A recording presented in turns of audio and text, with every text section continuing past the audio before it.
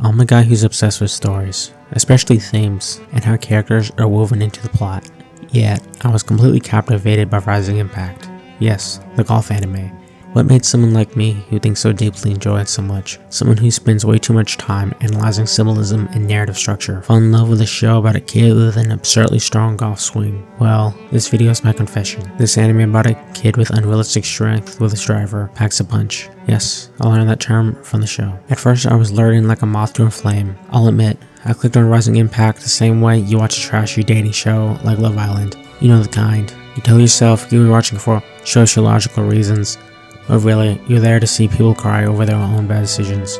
I sometimes enjoy vices like watching a slop dating show like Love Island, just to laugh at the stupidity. Like, come on, you shocked your partner dumped you after you cuddled a stranger on camera? Really? Anyway, I expected this anime to be a fun little meme. I just said fuck it, hit play, and gave it a shot. I was hooked. The drama, the hidden themes, the heart, the hidden themes beneath the comedy and over-the-top swings. It wasn't just about golf anymore. It was about passion, perseverance, and the strange way people find purpose through play. It's a real rabbit hole. Keep in mind, I know nothing about golf. I didn't even know what a birdie was before the show, much less sports. But that's what I love about shows like Haikyuu, Kuno Basket, Food Wars, or Blue Period, and even Blue Lock. They pull you in with something niche, and before you realize it, you're having an existential crisis over a volleyball serve. I tend to get absorbed into the story of the sport. Welcome to episode 1 of Taking the Joke Seriously, where I take the ridiculous very seriously. And today, we're diving into the surprisingly emotional rabbit hole of Rising Impact, or should I say, the hidden gem buried in a golf ball.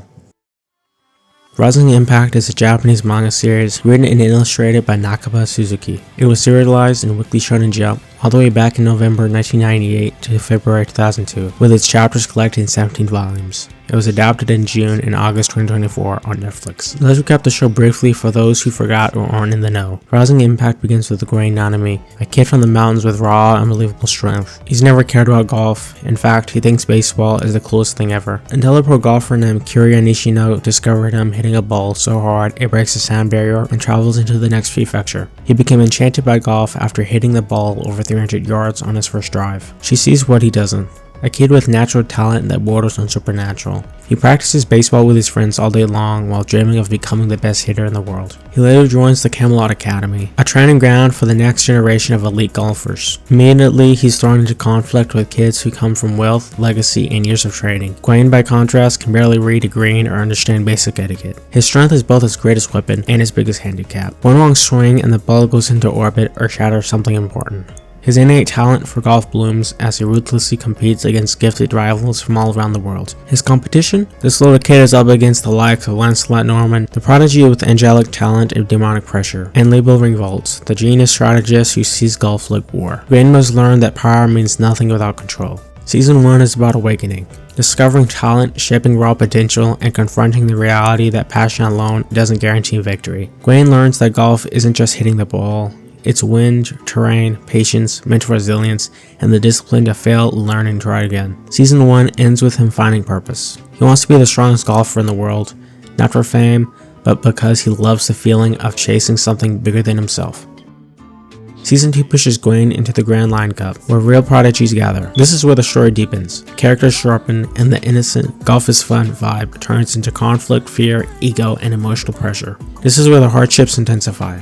Every opponent is a mirror reflecting Gwen's flaws. His lack of experience becomes the main obstacle. Rivals begin exploiting weaknesses, not just overpowering him. The pressure of expectations becomes suffocating, especially on Lancelot, whose angelic persona hides his internal collapse. Season 2 has some major conflicts that are just as good as Season 1. Gwen vs. Lancelot is a battle of talent versus will. Lancelot has perfect form, perfect control, the chosen one aura, but his heart is fragile. Gwen's unwavering joy becomes a threat. A reminder that golf can be fun when you're not drowning in expectations. The rivalry becomes philosophical. Lancelot plays to meet impossible standards. Gwen plays because he loves the sky the ball flies through. Now, does this show really still just sound like a memeable golf anime? Even the minor characters can have interesting things about them here. Label versus himself is genius versus loneliness. Label is the strategist, the brilliant tactician, but his mind isolates him. He begins to wonder, if I can predict everyone, can anyone ever truly stand beside me? His hardship isn't physical, it's emotional.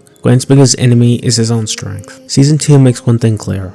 Strength without control is chaos. Gain must learn about shaping power, restraining instinct and discipline over brute force. He begins transforming from a superhuman kid into an actual golfer. The last episode of the adaptation brings everything full circle, the climactic moment. Gawain faces the strongest opponent he's met so far. Not just someone with skill, but someone with mastery. Someone who forces Gawain to confront his naive confidence, his lack of precision, his emotional immaturity. Every shot becomes a metaphorical punch to the face. He realizes he can't rely on instinct anymore. He must think, adapt, and grow. It brings us to the turning point. Gawain remembers why he started, because hitting the ball farther than the horizon feels like touching the sky. This joy becomes his salvation. Not winning, not pride, not pressure, joy. As the narrative alchemist, I eat themes like this up. We can apply this lesson to one's journey in life. Why work so hard at something that only sucks the soul out of you? By the episode's end, Gawain doesn't magically fix all his flaws. He doesn't become number one overnight, but he evolves. He takes his first real step toward becoming a true golfer. He chooses the path of discipline, humility, control, and still keeping the wild joy that makes him who he is. The last scene reinforces the core message. You don't need to be perfect to grow, you just need to keep swinging. Let's talk about what connects them, what separates them, and why their dynamic defines the soul of the story. They're the three pillars of rising impact: Gawain, Lancelot, and Tristan. Raw power, precision, perfection, three prodigies, three philosophies, one story.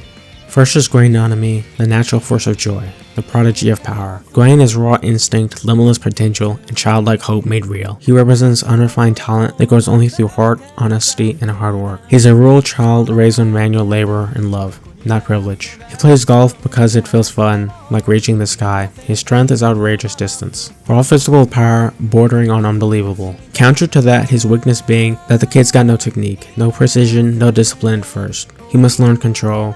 Golf is not baseball. His theme, power means nothing without purpose. Why he matters in the trio of golf is Gawain is a spark that disrupts the world of geniuses. He forces the elite to remember the joy and purity of sport. That's what defines him. Then comes Lancelot Norman, the moonlit technician, the prodigy of precision. Lancelot is artistry, logic, and elegance turned into golf. If Gawain is power, Lancelot is perfect accuracy. He's British, refined, self-contained, shaped by pressure and loneliness. He plays for pride, family, and self-worth. His strengths are world-class putting, his signature shining road that lets him see the putting line like a glowing path, and unshakable calm.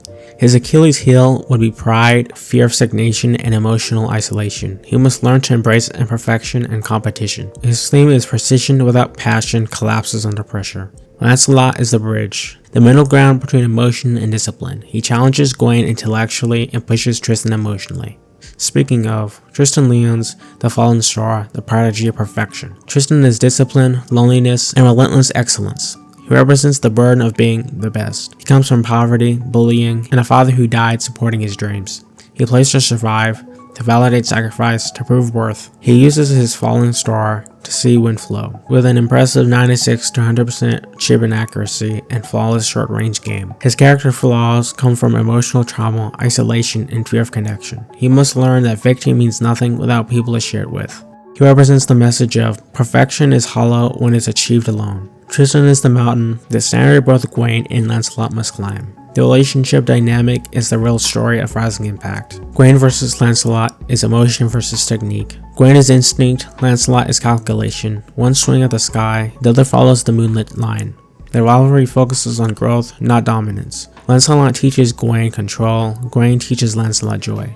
Gawain versus Tristan is heart versus perfection embodied. Gawain represents freedom and hope, Tristan represents pressure and discipline. Their clash is philosophical. Why they play golf. Gawain breaks Tristan's emotional armor by reminding him what play feels like. And lastly, Lancelot versus Tristan. Precision versus efficiency. Lancelot is an artist, Tristan is a machine. Lancelot envies Tristan's results. Tristan envies Lancelot's ability to care for others. Together, they form a triangle of opposite strengths. Gawain represents the joy in golf. Lancelot says golf is technique, while Tristan says golf is survival. These three philosophies collide, and the story of rising impact is how each boy breaks, learns, and evolves because of others. We see this dichotomy in other sports anime as well.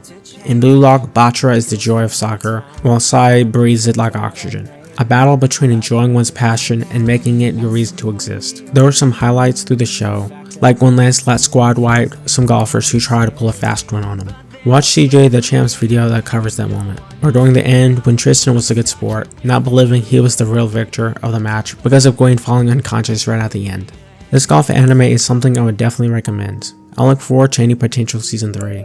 On this channel, I'm able to make videos on a TV show, book, or film that most people take as a joke, but I talk about it completely seriously because my brain is just hardwired to pick up a scene and find a theme or something symbolic in the dialogue. Works that most people dismiss or laugh at, but I dissect them for their depth, symbolism, or hidden weight. Some might think I'm looking too far into things, but I find lessons in things most people don't notice. I look at the depth behind the laughter, how it wasn't just a joke. I read between the punchlines and find the lessons hidden in the absurd. Thank you for watching. This was episode 1 of Taking the Joke Seriously. And this is the Narrative Alchemist signing off, showing how storytelling has built and broken empires, one video at a time.